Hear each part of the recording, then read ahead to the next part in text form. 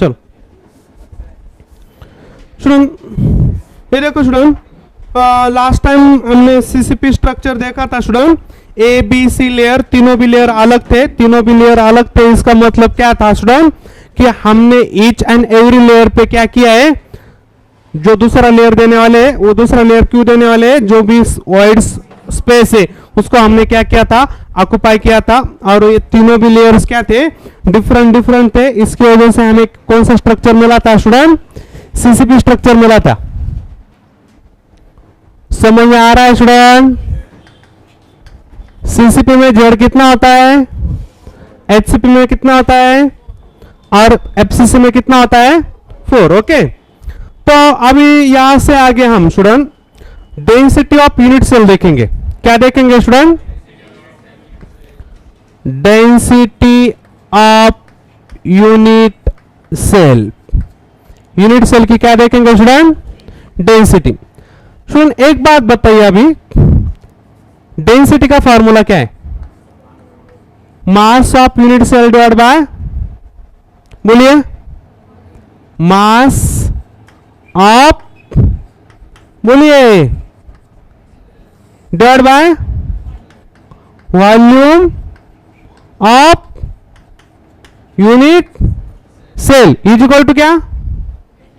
Density of unit cell. Simple है। ये किसकी डेंसिटी निकाल रहे हैं स्टूडेंट हम? यूनिट सेल की। ये किसका मास है? जिसकी डेंसिटी निकालनी है उसका ही मास लेना पड़ेगा ना, और उसका ही क्या लेना पड़ेगा? अभी वॉल्यूम का हमें क्यूब का पता है। एक यूनिट सेल मतलब क्या होता है? एक क्यूब होता है ना स्टूडेंट? अरे एक क्यूब होता है कि नहीं? ओके, ये क्यूब है। अरे सर नो, अभी बताइए स्टूडेंट, ये ए बी ए और ए सी ए, ये एजेस है, एजेस है। अरे एजेस है नहीं, तो ये ए एज है, ये बी एज है और ये सी एज है, तो ये तीनों भी एज है। तो हम क्या करेंगे? ए इंटू ए, ए की एजेस ए, बी की एजेस ए और सी की एजेस ए। तो हम क्या बोलेंगे इसको? A into a is equal to volume of unit cell is equal to A cube. अरे समझ में आ रहा है स्टूडेंट? समझ में आ रहा है? क्या समझ में आ रहा है? हाँ, अभी इधर मैं डेंसिटी इज इक्वल टू क्या लिखूंगा? मास। किसका मास? यूनिट सेल का मास डिवाइड बाय क्या? ए क्यूब। हो गया पक्का ए क्यूब? अरे ए क्यूब हो गया। अभी इधर क्या डालना है? अभी लिखना बंद करो। Okay, mass of unit cell मतलब क्या स्टूडेंट? एक यूनिट सेल का मास मतलब क्या? अभी सपोज समझो कि ये एक यूनिट सेल है, ये एक क्या है? यूनिट सेल है। अभी इसके अंदर आप जो है स्पेयर है, आप लोग कौन है? स्पेयर है। सपोज समझो कि एक यूनिट सेल में ना 4 ही लोग प्रेजेंट है। कितने लोग प्रेजेंट है? 4। तो कितने स्पेयर बन गए इस यूनिट सेल के अंदर? 4। तो 4 स्पेयर का जो मास रहेगा वो किसका मास रहेगा? तो बताइए ना फिर student, mass of unit cell मतलब क्या हो गया? उसके अंदर कितने स्पेयर है, और खाली 4 स्पेयर हो गया मतलब उसका मास 4 हो गया। फिर यस, एक स्पेयर का मास मतलब हमें करना क्या पड़ेगा? How many sphere in unit cell into mass of 1 unit sphere, 1 sphere. तो इधर mass of 1 unit cell, mass of 1 unit cell का क्या करना पड़ेगा? नंबर ऑफ, अरे बोलो ना, अभी तो बताया ना, लिखो मत, अभी लिखो मत। मास ऑफ 1 स्पेयर और इसके अंदर नंबर ऑफ स्पेयर तो हो गए। अभी मास ऑफ 1, अभी स्पेयर मतलब क्या है स्टूडेंट? एक स्पेयर को हमने क्या कंसिडर किया है? एक एटम ना रे, एक स्पेयर को हमने एक एटम बोला, एक आयंस बोला, एक मॉलिक्यूल बोला, एक कुछ भी हो सकता है। स्पेयर मतलब क्या? एक है। तो एक एटम के मास को हम कैसे रिप्रेजेंट करते? एक एटम के मास को हम कैसे रिप्रेजेंट करते? अरे मोल कंसेप्ट में हो गया ना। एक एटम के मास को हम कैसे रिप्रेजेंट करते? अरे मोल कंसेप्ट में हो गया ना अभी। हाँ या कुछ भी बताते यार आप।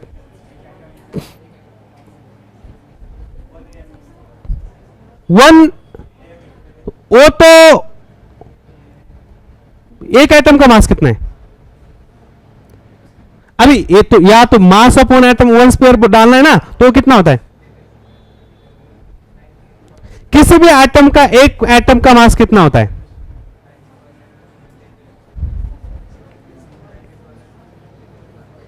अरे यार कुछ फायदा नहीं यार, वर्क करके मोल कंसेप्ट एक मंथ चला था पूरा। हाँ, किसी भी एक एटम का बताए, आपको कौन सा एटम का आ रहा है? आप अभी या क्या चल रहा है? तो ग्राम में बताना पड़ेगा ना, कॉमन सेंस है ना। आपको किस में चाहिए? मैंने इधर लिखा क्या है, तो इस हिसाब से आंसर देना पड़ेगा ना। मास हम किस में रिप्रेजेंट करते हैं? ग्राम में। तो डेंसिटी को भी हम ग्राम में रिप्रेजेंट करें ना, ग्राम पर सेम क्यूब। तो फिर हमें मास एटम का कैसे निकालना है? ग्राम में। तो बताइए ग्राम में किसी भी एटम का मास कितना आता है?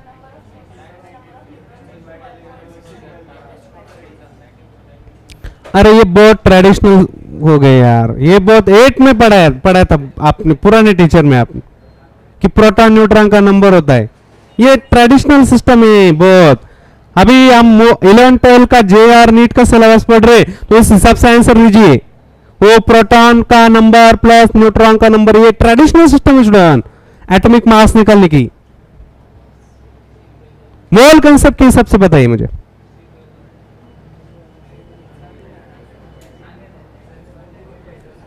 मुझे बताइए, अभी देखो एक कार्बन एटम है। अभी बताइए एक एटम का मास कितना होता है? एक कार्बन एटम है, उसका मास बताइए ग्राम में। 19.92 इंटू 10⁻⁻24 ग्राम। यस और नो? यस और नो? हाँ ओके। तो अभी एक एटम का मास हो गया। हमें कितने एटम का मास निकालना है? 1 मोल कार्बन एटम का मास निकालना है। 1 मोल के कार्बन एटम का मास इज इक्वल टू कौन सा मास? कौन सा मास? यस और नो? तो अभी एक एटम का मास क्या हो जाएगा? 1 into molar mass. Molar mass is equal to क्या? बोलिए। 19.92 into 10⁻⁻24 gram into 1 mole. Yes और नो? अरे यस और नो? अभी देखो ना स्टूडेंट, ये किसका मास है? इसको हम बोलते मास ऑफ वन एटम। इसको हम क्या बोलते? मास ऑफ, इसको अभी मास ऑफ वन एटम। तो इधर हम क्या डालेंगे अभी? मास ऑफ वन एटम। तो इधर डालो mass of one atom. Yes और नो? हाँ, तो अभी निकलना क्या है हमें? मास ऑफ वन एटम निकलना है किसी भी एटम का। तो अभी ये इधर लेके, इधर क्या है? एक मोल। तो एक मोल को इधर नीचे लेके आइए। एक मोल की वैल्यू कितनी होती है? 6.023 इंटू 10⁻23। अरे सर नो? तो हमें अभी बचा क्या है? मास ऑफ वन एटम या वन स्पेयर। वन स्पेयर मतलब एटम ही हो सकता है, आयंस भी हो सकता है, मॉलिक्यूल भी हो सकता है। तो इधर क्या होगा? Molar mass divide by Avogadro number is equal to क्या होगा स्टूडेंट? Mass of. तो अभी मैंने ये पूछा था कि मास ऑफ वन स्पेयर क्या होता है, तो आप बोल रहे हो न्यूट्रॉन प्रोटॉन का मास होता है। कुछ भी बताते यार आप।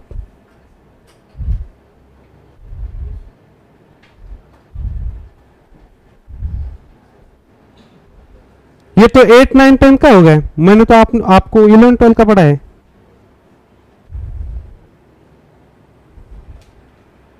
मास ऑफ न्यूट्रॉन प्रोटॉन 8 का बच्चा बताता है यार, और आप मुझे बता रहे प्रोटॉन न्यूट्रॉन का नंबर है। मोल कंसेप्ट में तो यही तो मैंने पढ़ा है आपको, ये पढ़ा है नहीं पढ़ा है, ये पढ़ा है नहीं पढ़ा है, फिर आप आंसर ऐसे दे रहे हैं कि जैसे मैंने कुछ पढ़ा है नहीं आपको। क्या होता है फिर मास of one atom? Mass of one atom होता है उस एटम का molar mass divide by Avogadro number. ये होता है किसी भी एटम का, एक एटम का मास होता है, या एक मॉलिक्यूल का मास होता है, या एक आयंस का मास होता है। समझ में आया? लिखो पहले, चलो।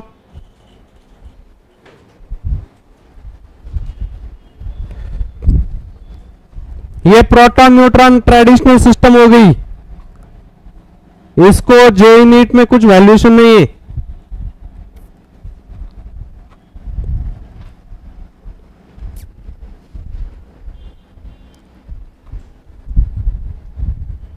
मोल कंसेप्ट में तो यही पढ़ा है यार हमने।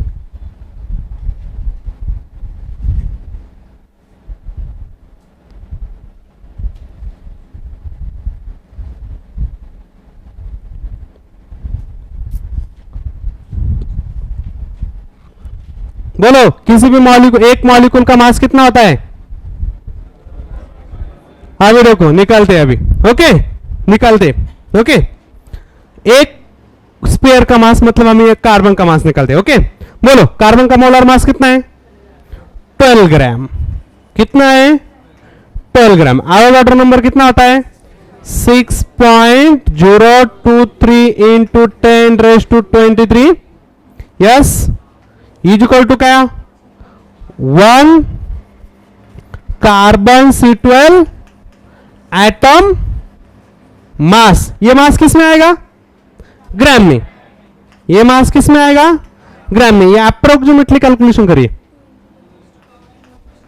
ये अप्रोक्सीमेटली कैलकुलेशन करिए, कितना आएगा?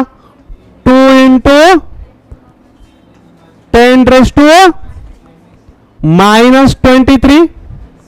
अरे सर नो। हाँ, तो अभी इसको मैं एक पॉइंट इधर ऐड करता हूं, इसको अप्रोक्सीमेटली ऐसे लिख सकते हैं क्या? 20 इंटू 10⁻24 ग्राम। तो इधर मैंने क्या लिखा है? 19.92। और इधर क्या आ रहा है? 20 इंटू 10⁻। मैंने ये कैलकुलेशन अप्रोक्सीमेटली किया है, एग्जैक्ट किया होता तो ये कैलकुलेशन इतना आता। समझ में आ रहा है? अरे समझ में आ रहा है? अभी बताइए, एक हाइड्रोजन का मास निकालना है हमें। किसका मास निकालना है? हाँ, तो हाइड्रोजन का एक मोल का मास कितना होता है? 1 ग्राम डिवाइड बाय क्या? 6.023 इंटू 10⁻23। ये कैलकुलेशन करें, यह आएगा 1.66 इंटू 10⁻24 ग्राम। घर जाके करिए, ये कैलकुलेशन कितना आएगा? समझ में आ रहा है? अरे समझ में आ रहा है? तो एक हाइड्रोजन आइटम का मास कितना होता है ग्राम में? 1.66 इंटू 10⁻20। समझ में आया? मैंने क्वेश्चन क्या पूछा था, उसका आंसर क्या चाहिए था, मुझे समझ में आया? आपसे मुझे एक्सपेक्टेड क्या था, समझ में आया? गैप कितना है, समझ में आया आपके आंसर में और मेरे क्वेश्चन में? आपने जो क्वेश्चन का आंसर दिया और मैंने जो क्वेश्चन का आंसर बताया, इसमें गैप कितना है? बहुत सारा गैप है ना? अरे गैप है नहीं, इसका मतलब है रिवीजन की जरूरत है अभी मोल कंसेप्ट टॉपिक की, अभी जरूरत है, क्योंकि अभी टॉपिक पढ़ रहे हैं ना हम, उस हिसाब से।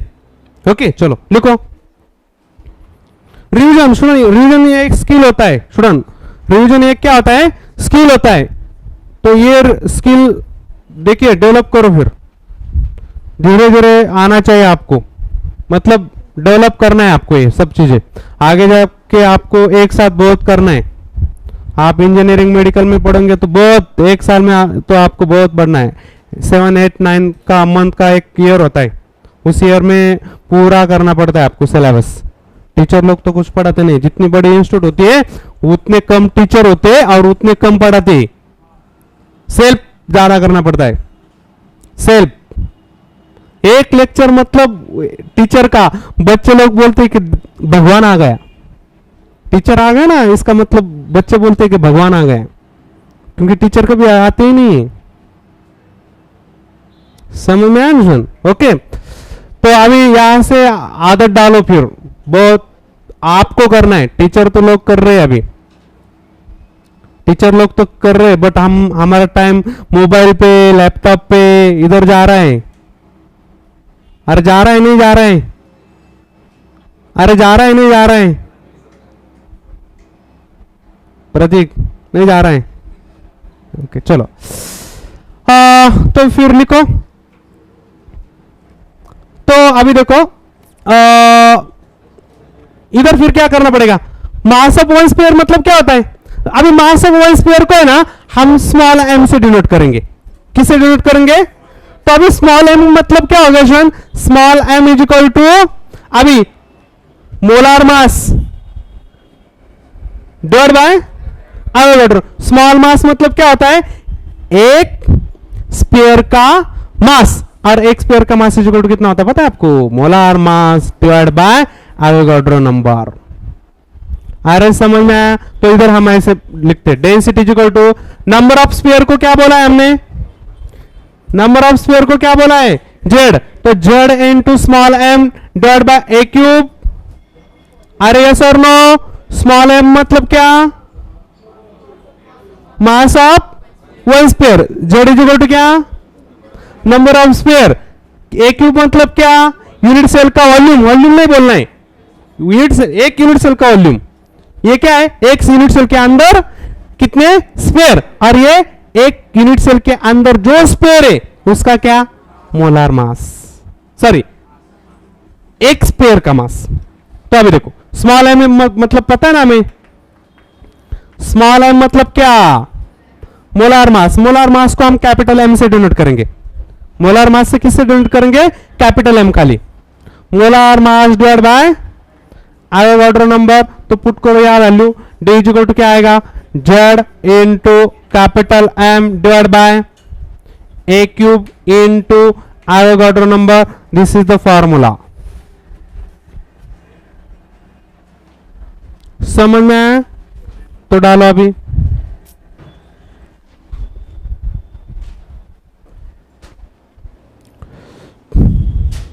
और हर एक का सिग्निफिकेंस लिखो छोड़ा ना, हर एक का सिग्निफिकेंस लिखना है। जेड का सिग्निफिकेंस क्या है, नंबर ऑफ स्फीयर।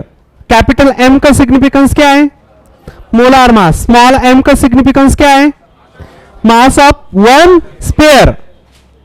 एन का सिग्निफिकेंस क्या है, एन या N0 एवोगाड्रो नंबर। डी का सिग्निफिकेंस क्या है, नहीं density of unit cell. Density तो हम किसकी भी निकाल सकते हैं यार, हम किसकी निकाल रहे हैं अभी, यूनिट सेल की डेंसिटी निकाल रहे हैं। ओके, तो हर एक का सिग्निफिकेंस लिखो। कैपिटल एम क्या होता है, स्मॉल एम क्या होता है,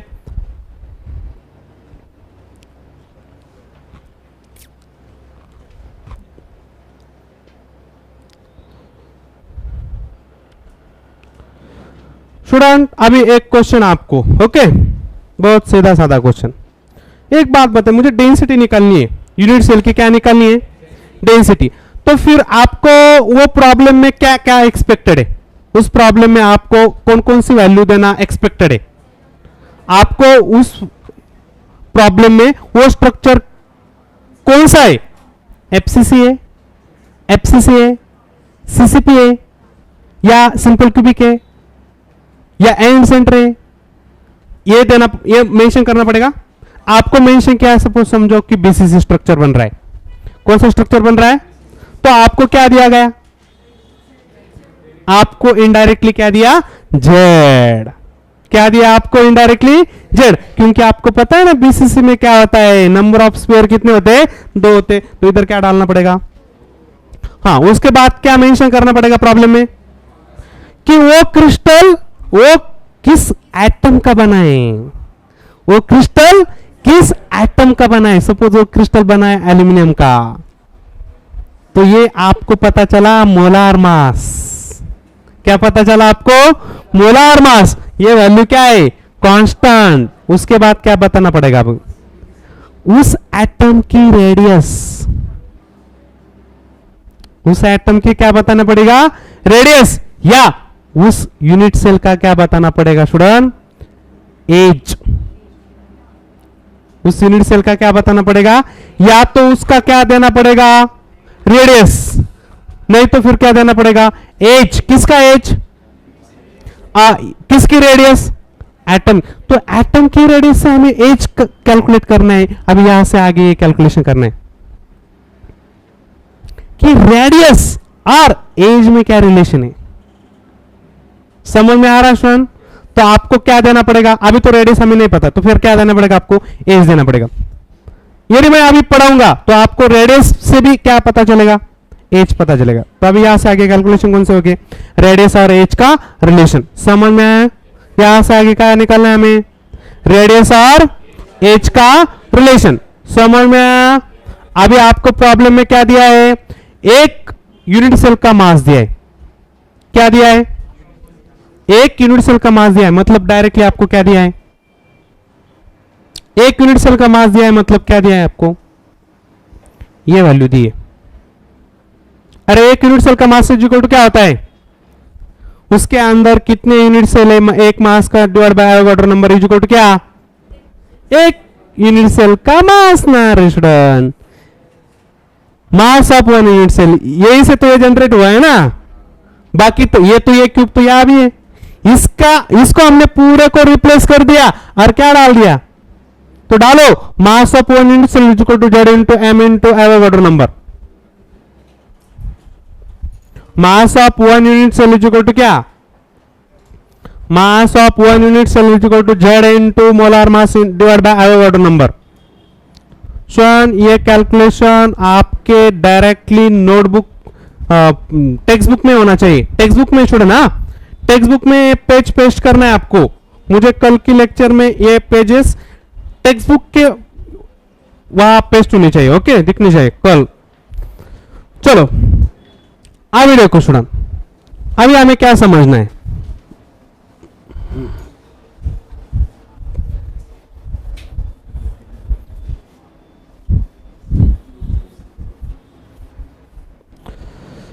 ये रब कर दूं,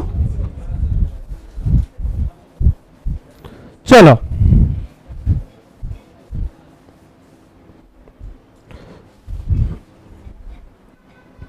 अभी देखो स्टूडेंट, हमें सिंपल क्यूबिक का स्टडी करना है। Simple cubic, okay. अभी सिंपल क्यूबिक में जेड कितना है स्टूडेंट, 1। सिंपल क्यूबिक में जेड कितना है, इसका मतलब क्या है कि ये क्यूब खाली एक स्पेयर से बना है। ये एक क्यूब है ना, खाली किससे बना है, मतलब एक स्पेयर खाली किस में होता है, जहां खाली कॉर्नर पे स्पेयर होता है, जहां खाली। अभी देखो स्टूडेंट, ये एक स्पेयर है, एक स्पेयर है, एक स्पेयर है और एक स्पेयर है। ये कौन सा वाला हिस्सा है स्टूडेंट, पीछे वाला। ये कौन सा वाला हिस्सा है, पीछे वाला, होगा पीछे वाला हिस्सा। अरे सर नो, अभी देखो सब समझो, इसको आगे वाला हिस्सा समझो। हम पीछे वाला ड्रॉ कर रहे, यस, किसका ड्रॉ कर रहे हैं हम, अभी इसके कंप्लीटली पीछे एक स्पेयर है, इसके कंप्लीटली एक पीछे एक स्पेयर है, यहां भी एक स्पेयर है और यहां भी एक स्पेयर है। तो अभी यह इसका मिडल यहां ड्रॉ कर रहे हैं हम। तो क्या बन गया सुनिए, क्यूब बन गया। तो एक बात बताएं सुन, मैंने ऐसा ड्रॉ किया था, तो ए पार्ट क्या है सुन, ये वाला पार्ट क्या है, एज है, एज है। तो एज इज इक्वल टू क्या हो जाएगा, ये आर और ये आर, 2r हो जाएगा। आर समझ में आ रहा है, आर समझ में आया। तो मैं आपको क्या देने वाला था, रेडियस, तो उससे क्या पता चलेगा आपका एज। समझ में आया, किसमें, बट किसमें, क्यों सिंपल क्यूबिक में एज इक्वल टू 2r होता है, क्योंकि दो स्पेयर आपस में क्या होते हैं, कॉर्नर के स्पेयर क्या होते हैं, आपस में टच होते हैं ना। कॉर्नर के स्पेयर क्या होते हैं स्टूडेंट, टच होते हैं। समझ में आया स्टूडेंट। तो बताइए स्टूडेंट, ए इक्वल टू क्या हो गया आपका 2r, तो फिर मुझे बताए ना स्वयं, मैं इसको भी क्यूब कर रहा हूं, इसको भी क्यूब कर रहा हूं, तो फिर क्या हो जाएगा, a cube is equal to 8r cube. ये 8r क्यूब किसका वॉल्यूम हो गया, volume of simple cubic unit cell. अरे समझ में आया, तो आपको ये वैल्यू 8r क्यूब, ये वैल्यू का पुट करनी है a क्यूब की जगह, तो फिर उस एटम का क्या देना पड़ेगा अभी आपको, रेडियस देनी पड़ेगी। क्या देनी पड़ेगी, तो रेडियस से आप a क्यूब निकाल सकते हैं। अरे समझ में आया, अरे समझ में आया, रेडियस आपको पिकोमीटर में दी जाएंगी तो उसको सेंटीमीटर में कन्वर्ट करना है। आपको रेडियस किस में दी जाएगी, तो इसको किस में कन्वर्ट करना है, क्यों सेंटीमीटर में कन्वर्ट करना है, क्योंकि डेंसिटी क्या होती है, ग्राम पर सेम क्यूब होती है। अरे स्टूडेंट समझ में आया क्या, आपको रेडियस किस में दी जाएंगी,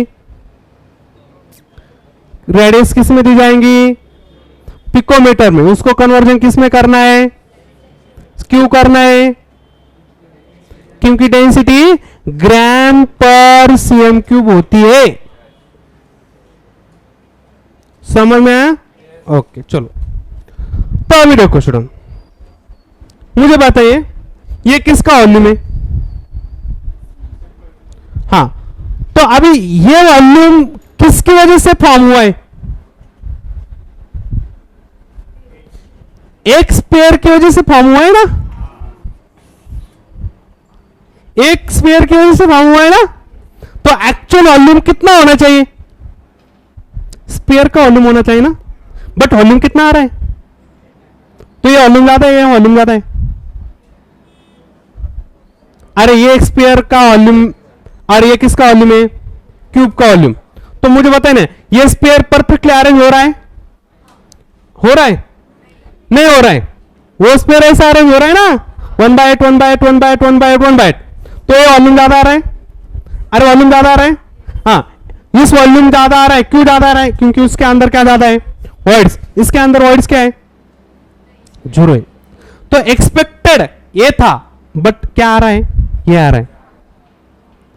अरे पेपर कितने मार्क्स का था, 100 मार्क, कितने मार्क का था, आपको कितने मार्क मिल रहे,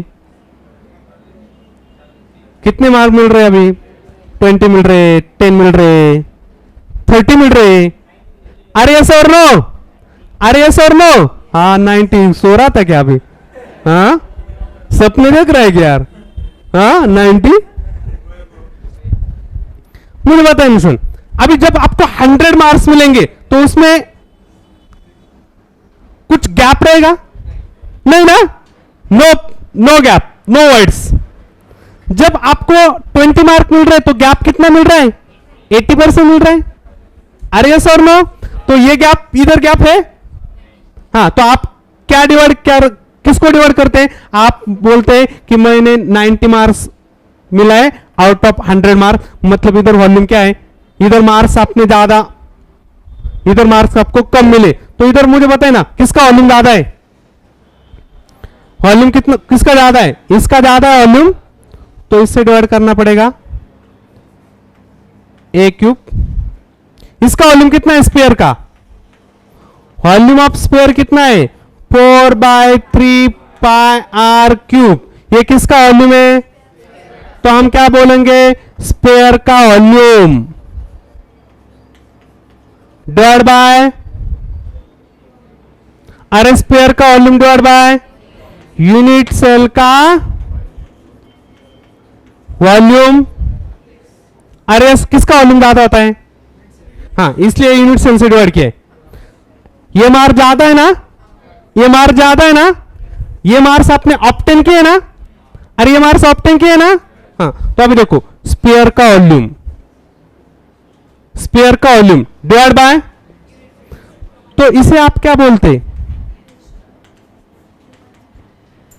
0.9 को क्या बोलते हैं आप, फ्रैक्शन बोलते हैं इसको, क्या बोलते हैं स्वयं, फ्रैक्शन, उसे क्या बोलते हैं स्वयं, फ्रैक्शन। तो आपने इधर क्या निकाला है, और इस फ्रैक्शन को मैं यदि 100 से मल्टीप्लाई करूंगा तो क्या आएगा? परसेंटेज। कभी भी ध्यान में रखना सुन, जब आप किसी भी फ्रैक्शन को 100 से मल्टीप्लाई कर रहे तो उसका आंसर क्या रहेगा? परसेंटेज। क्या रहेगा? परसेंटेज। अभी देखो, आपका जेई का पेपर होता है 360 मार्क का, आपको मिल रहे 200 मार्क, तो ये क्या मिल गया आपको? फ्रैक्शन। तो इससे हम क्या किससे मल्टीप्लाई करेंगे? 100 से, तो आपको क्या मिलेंगे स्टूडेंट? परसेंटेज। क्या मिलेंगे यहाँ? परसेंटेज। तो समझ में आया स्टूडेंट? तो ये किसका परसेंट आ रहा है? बट जो मार्क्स मिले उनका परसेंटेज आ रहा है। ये परसेंटेज किसका आ रहा है? जो मार्क्स मिले। अरे यस और नो? तो ये परसेंटेज किसका आएगा? जो भी पार्ट क्या हुआ है? ऑक्युपाई हुआ है, उसका परसेंटेज आएगा। ये किसके परसेंटेज आ रहे हैं? जो भी मार्क्स, क्योंकि मार्क्स दो टाइप के होते हैं, marks obtain and marks unobtain. Marks कितने टाइप के होते हैं? दो। कौन से दो टाइप के मार्क्स? मार्क्स ऑब्टेन, या मैं ऐसा भी कर सकता हूं कि आपको कितने मार्क नहीं मिले? 160 डिवाइड बाय कितना मार्क का पेपर था इनटू क्या? तो ये किसका परसेंटेज आ गया? जो मार्क्स नहीं मिले उसका परसेंटेज आ गया। समझ में आया स्टूडेंट? अरे समझ में आया? तो इधर हमने क्या किया स्टूडेंट? जो भी उस यूनिट सेल के अंदर क्या हुआ है? पार्ट ऑक्युपाई हुआ है, उसका परसेंटेज आ रहा है। तो फिर ये बताइए स्टूडेंट, स्फीयर का वॉल्यूम कितना होता है? 4/3 पाई आर क्यूब। यस, अभी ए क्यूब है, किसका वॉल्यूम है? A cube. अरे बताइए ना स्टूडेंट, मुझे निकालने क्या है? Sorry, percentage of occupy part. कितना परसेंट ऑक्युपाई हुआ है? Okay, unit cell. तो अभी आपको क्या करना पड़ेगा? एक स्फीयर का वॉल्यूम डिवाइड बाय एक यूनिट सेल का वॉल्यूम। एक यूनिट सेल का वॉल्यूम कितना होता है? A cube. हम किसका पार्ट निकाल रहे हैं? सिंपल क्यूबिक का निकाल रहे हैं। अरे सिंपल क्यूबिक का निकाल रहे हैं, तो सिंपल क्यूबिक के अंदर कितने स्फीयर होते हैं? एक। तो इससे मैं एक से मल्टीप्लाई करूंगा। एक स्फीयर होता है, एक स्फीयर का वॉल्यूम, या एक स्फीयर का एक यूनिट सेल का वॉल्यूम, वो कितना होता है? A cube. और वो ए क्यूब इज इक्वल टू किसके बराबर होता है? 8r इंटू इधर क्या? तो फिर ये ए क्यूब कैंसिल हो जाएगा। अरे यस और नो? तो फिर क्या कैलकुलेशन आएगा हमारा? या डिवाइड बाय 1 करता हूं, तो 4/3 1/8 इंटू 100 4 2 पाई इधर ऊपर पाए। तो कैलकुलेशन करो, कैलकुलेशन कितना आ रहा है? π/6 π/6 इंटू 100, तो π/6 डिवाइड π/6 कैलकुलेशन करो पहले। 0.π/6 का कैलकुलेशन करो। 3.14 0.52 0.52 इंटू क्या? ये क्या आ गया आपका? Fraction occupy. फ्रैक्शन नहीं, फ्रैक्शन ऑक्युपाई। मतलब ये जो यूनिट सेल है स्टूडेंट, परसेंटेज में कितना आएगा? 52%। मतलब इस एक यूनिट सेल में 52% ऑक्युपाई। इसका मतलब अनऑक्युपाई कितना है? मतलब 48% क्या है? वॉइड से गैप है। 48% क्या है शन? गैप। मतलब एक स्फीयर उस यूनिट सेल के अंदर अरेंज होता है तो कितना गैप छोड़ता है? 48% गैप छोड़ता है। समझ में आया स्टूडेंट? लिखो फिर 52% ऑक्युपाई लिखो। ओके, और ए इज इक्वल टू क्या होता है सिंपल क्यूबिक में? ए इज इक्वल टू क्या होता है? 2r। A is equal to क्या होता है? 2r। लिखो पहले, सिंपल क्यूबिक में ए इज इक्वल टू 2r होता है, पहले ये लिखो और उसके बाद बाकी की कहानी चालू करो।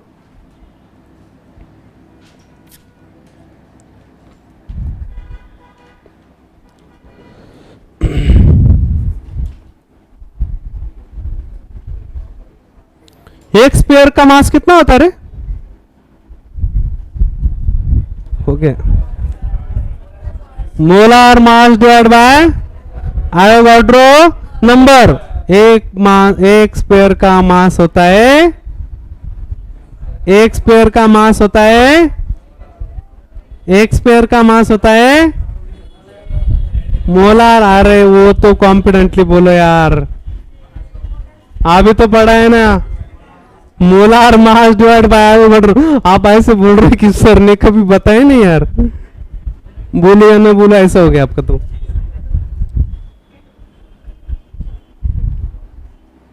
चलो क्या लिखा आपने, जो आपने बताया वो सब।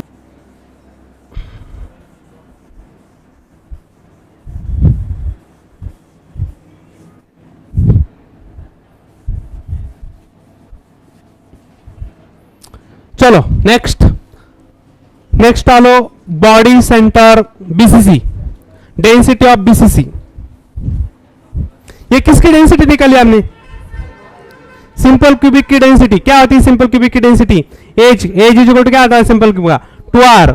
आर परसेंटेज ऑक्युपाई कितने होते? 52%। अनऑक्युपाई परसेंटेज कितने होते? 48%।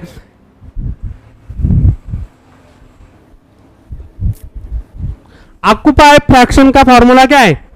ऑक्युपाई फ्रैक्शन का formula number of sphere into volume of one sphere divide by unit cell का वॉल्यूम इनटू 100 किया तो परसेंटेज में आएगा।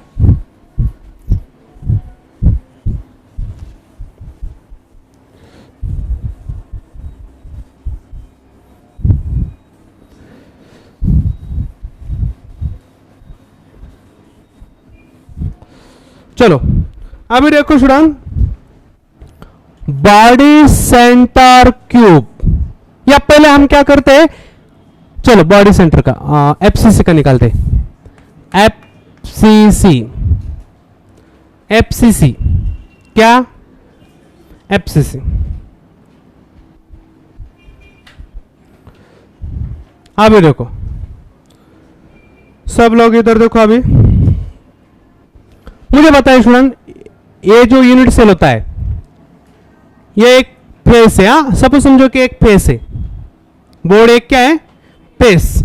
एक फेस के एक स्पेयर मैंने इधर ड्रॉ किए हैं। अभी मुझे ये स्ट्रक्चर को निकालना है।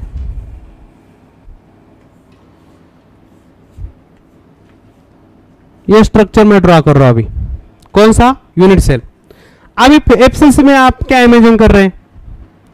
हर एक फेस पे एक स्पेयर होता है, हर एक फेस पे। तो मैंने ये फेस का स्पेयर निकाला है, ये जो फेस है ना, ये फेस का इधर एक स्पेयर निकाला है। समझ में आ रहा है स्टूडेंट? तो मैं जब इधर एक स्पेयर रखूंगा तो ये स्पेयर और वो स्पेयर कनेक्ट हो पाएगा? नहीं हो पाएगा, नहीं हो पाएगा। यदि मैं ये बीच में एक स्पेयर खड़ा कर दूंगा तो वो वाला कॉर्नर और ये वाला कॉर्नर का स्पेयर आपस में टच नहीं रहेगा। समझ में आ रहा है? और ये वाला स्पेयर और ये वाला स्पेयर आपस में टच रहेगा, ये वाला स्पेयर और ये वाला स्पेयर आपस में टच रहेगा? नहीं रहेगा। तो हर एक कॉर्नर, बट हर एक कॉर्नर का स्पेयर किसको टच रहेगा? वो फेस वाले स्पेयर को। तो ये जो फेस वाला स्पेयर है ना, ये और ये कॉर्नर के स्पेयर है।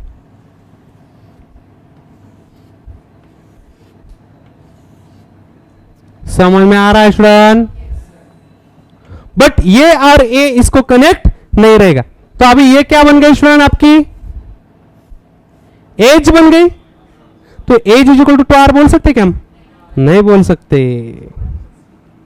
एज इक्वल टू 2r नहीं बोल सकते इधर। क्यों नहीं बोल सकते? क्योंकि दो स्पेयर या क्या नहीं है, आपस में टच नहीं है। वो कहां थे? सिंपल क्यूबिक में थे। क्योंकि सिंपल क्यूबिक में क्यों थे? क्योंकि सिंपल क्यूबिक में फेस पे स्पेयर नहीं था। सिंपल क्यूबिक में फेस में क्यूब नहीं था, स्पेयर नहीं था, खाली कॉर्नर। तो खाली कॉर्नर पे रहेगा तो अभी या ये स्पेयर और या एक स्पेयर कनेक्ट हो सकता है, तो ये इसका आर और इसका आर इक्वल टू एज हो जाएगा। आर समझ में आ रहा है स्टूडेंट? तो अभी देखो, तो अभी मुझे एक बात बताना है, ये आपको पता है, बट ये पता है आपको क्या हो जाएगा? 4R एज इक्वल टू क्या हो जाएगा? 4R। अरे ये आर, ये आर बीच में पूरा एक स्पेयर है, तो ये आर प्लस ए आर, तो कितने आर हो जाएगा? 4R। आर समझ में आ रहा है? तो ये बोलो, ये क्या है? नहीं 2 मिनट, ये इज इक्वल टू क्या है? ये क्या है? ये एज है। ये क्या है? एज है। ये क्या है? हाइपोटेन्यूस। अरे हाइपोटेन्यूस ना, डायगोनल किसके बोलते हैं यार? डायगोनल किसे बोलते हैं मुझे बताइए? डायगोनल किसे बोलते हैं मालूम है क्या? ये वाला पॉइंट और ये वाला पॉइंट आपस में कनेक्ट कर देंगे तो इसे बोलते हैं हम डायगोनल। अब ये क्या हो गया सुन, ये इसको बी बोलेंगे हम, इसको क्या बोलेंगे? बी। तो B square is equal to क्या हो जाएगा? ए इंटू ए का स्क्वायर प्लस ए का स्क्वायर, ए का स्क्वायर प्लस ए का स्क्वायर। अरे सर नो, अरे सर नो। तो बी इज इक्वल टू क्या है मुझे बताइए? बी इज इक्वल टू क्या है? अरे बी इज इक्वल टू क्या है बोले? R plus R plus R plus R, तो क्या हो जाएगा? 4R। B is equal to क्या हो जाएगा? 4R। तो इधर लिखिए ना सुन, बी स्क्वायर मतलब क्या student? 4R square is equal to A square plus A square. A square plus A square मतलब क्या हो जाएगा? 2a square, 2a square is equal to 16R square. Yes और नो? हाँ, तो अभी यहां देखो 16 divide by 2 R square is equal to A square. Yes और नो? तो इसको हम क्या बोल सकते हैं? अभी इसका पूरा का एक रूट, इसको ए बोलते हैं, इधर क्या बोलेंगे? 4, इधर क्या बोलेंगे? R, और इधर क्या बोलेंगे? √2। अरे यस और नो? हाँ, इसको, ये हो गया आपका फॉर्मूला, ये हो गया आपका फॉर्मूला। इसको और भी अलग तरीके से लिख सकते हैं। इस 16 को हम क्या बोलेंगे? इस 16 को हम क्या बोलेंगे? 8 इंटू 2 डिवाइड बाय 2। अरे समझ रहे स्टूडेंट? हाँ, ये 2 से 2 क्या जाएगा? 2 से 2 जाएगा? अरे 2 से 2 जाएगा नहीं। हाँ, तो इस 8 को क्या बोल सकते हैं हम? 4 इंटू 2। अरे बोल सकते नहीं। हाँ, तो बोलिए स्टूडेंट, या हमारा क्या हो गया? ये is equal to A cube. तो बोलिए ना student, 4 into 2 into 2 divide by 2 R square. 2 से 2 जाएगा। हाँ, तो अभी इधर क्या होगा स्टूडेंट? ये ए स्क्वायर, तो इधर हो जाएगा ए, इधर हो जाएगा R, इधर हो जाएगा 2, तो ये हो गया आपका एच। तो आप इधर ऐसे भी लिख सकते हैं, ये एज इज इक्वल टू किसके बराबर हो गया? 2√2। समझा? और इसको कैसे लिख सकते हैं? इसको ऐसे भी लिख सकते हैं, या कहानी खत्म होती है। अभी देखो 2 से 2 जाएगा, 2 से 2 जाएगा, तो फिर क्या लिखेंगे इधर? √8R इज इक्वल टू, तो इधर ऐसे भी लिख सकते हैं, ए इज इक्वल टू √8R। समझ में आया स्टूडेंट? तो ये तीनों फॉर्मूले आपको एक साथ ध्यान में रखनी है।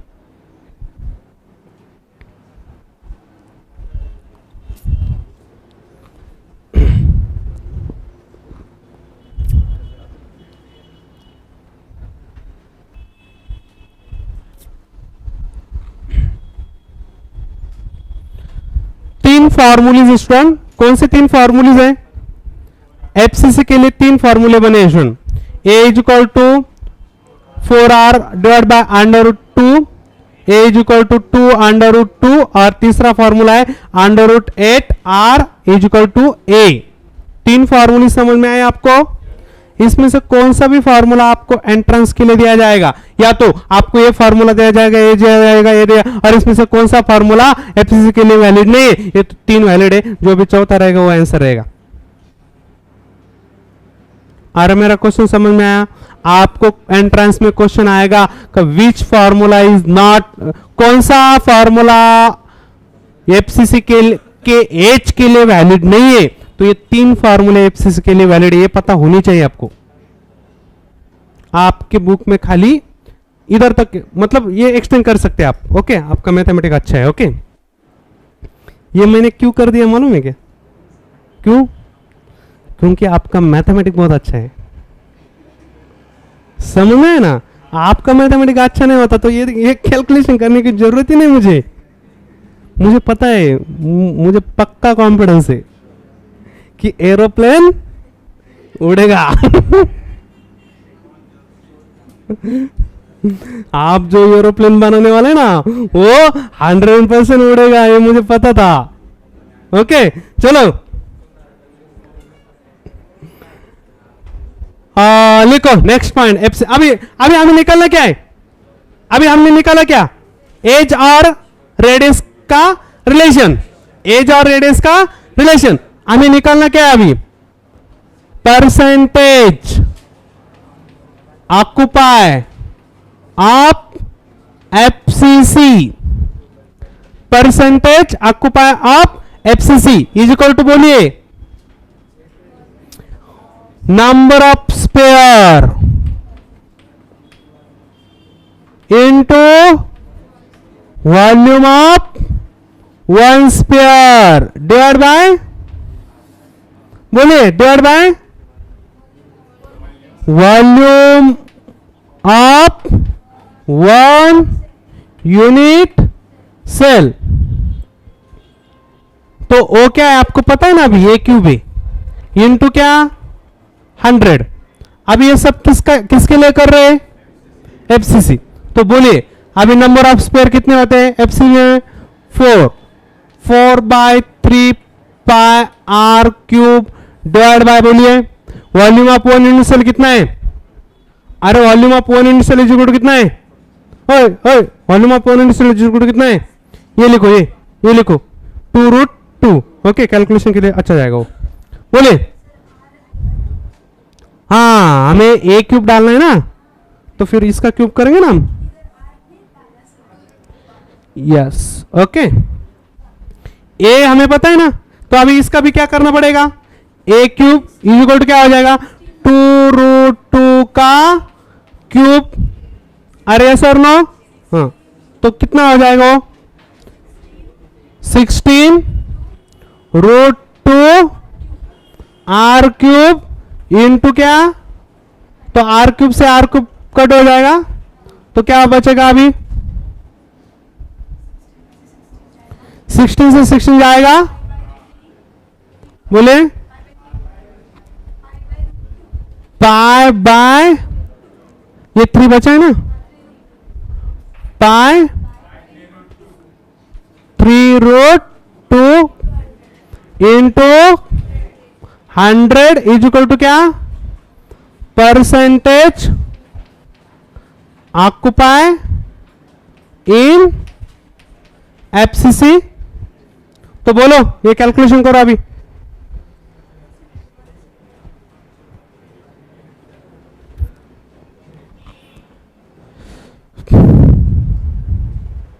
कितना आ रहा है अर्पिता? अप्रोक्सीमेटली 1। पागल हो गए यार, 1 कैसे आएगा यार? इसमें तो वर्ड्स है ना, फ्रैक्शन का भी 1 आता है क्या? मतलब आपको 100 में से 100 मार्क मिल गए, ऐसा कभी होता है क्या? नहीं ना, 1 तो नहीं आएगा ना। अरे पाई की वैल्यू डालो, 3.14 डिवाइड बाय 3, ये कैलकुलेशन लगभग कितना आ रहा है? 1, अप्रोक्सीमेटली 1 से ज्यादा, 1 से थोड़ा सा ज्यादा, डिवाइड बाय क्या, रूट टू की वैल्यू कितनी है 1.414 इंटू 100, ये कैलकुलेशन कितना, हाँ 0.74 इंटू 100, ये क्या है स्टूडेंट, फ्रैक्शन।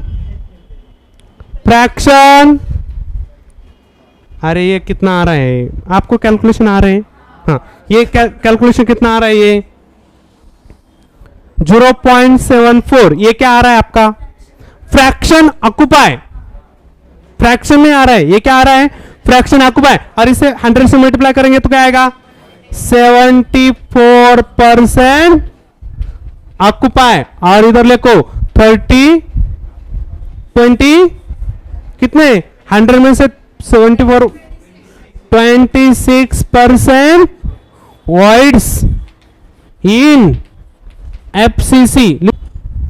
ओके चलो हो गया, टाइम बाकी है,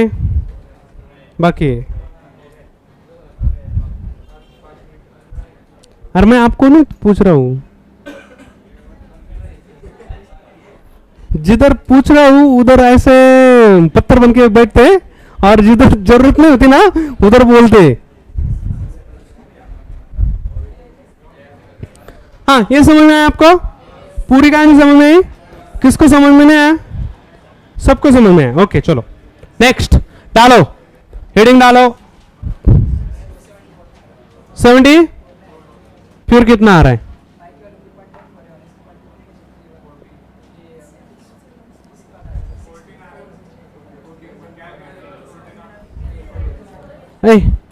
कैलकुलेटर लाओ रे, अभी आपको पनिशमेंट बैठेगी। चलो कैलकुलेटर लेकर इधर दे दो, आपका मल्टीमीडिया इधर दे दो, नहीं मेरे पास नहीं, अरे कहाँ पॉइंट है यार। ओके चलो बीसीसी, बीसीसी में देखो स्टूडेंट, अभी बीसीसी में एक बात देखो स्टूडेंट, या बीच में एक स्पेयर होता है, या बीच में क्या होता है, एक स्पेयर। अभी ये बीच वाला स्पेयर कहाँ किस स्पेयर को कनेक्ट रहेगा, कॉर्नर वाले, हर एक कॉर्नर वाले स्पेयर को कनेक्ट रहेगा। समझ में आया स्टूडेंट, मतलब बट ये ईच एंड एवरी कॉर्नर आपस में कनेक्ट रहेगा नहीं, कौन सा भी कॉर्नर किसी भी कॉर्नर के स्पेयर से कनेक्ट नहीं, बट एवरी स्पेयर कॉर्नर का किसको कनेक्ट रहेगा। तो मुझे बताइए स्टूडेंट, मैं ये स्पेयर निकाल रहा हूं, ये कहां का स्पेयर है, बीच का, कहां का है, मतलब यहां का है। मैं अभी यहां का स्पेयर ड्रॉ कर रहा हूं,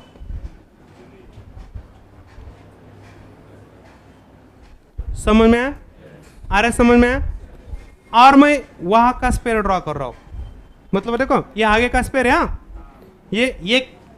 ये इधर का स्पेयर है, पीछे वाला पेयर बैक का, और वो वाला किसका स्पेयर है, फ्रंट का स्पेयर है। समझ में आ रहा है स्टूडेंट, समझ में आ रहा है, क्या समझ में आ रहा है। अभी हमें क्या चाहिए, एक क्यूब चाहिए। तो कल आप क्या करिए स्टूडेंट, एक क्यूब लेके आइए, क्यूब बना के लेके आइए, वो ट्रांसपेरेंट होना चाहिए, वो लकड़ी का नहीं तो फिर पेन का भी चलेगा। ओके फेविक्विक से वो उसको आप कनेक्ट कर सकते हैं। ओके जो पेन है ना, सब फेविक्विक से कनेक्ट करके एक क्यूब बनेगा। अभी देखो ऐसे हर एक यहाँ कनेक्ट करिए। ओके और एक ऐसा स्पेयर बना के क्यूब लेके आइए कल, तो फिर मैं आपको कल समझा देता हूँ एफसीसी का। ओके सॉरी बीसीसी का। ओके चलो स्टॉप।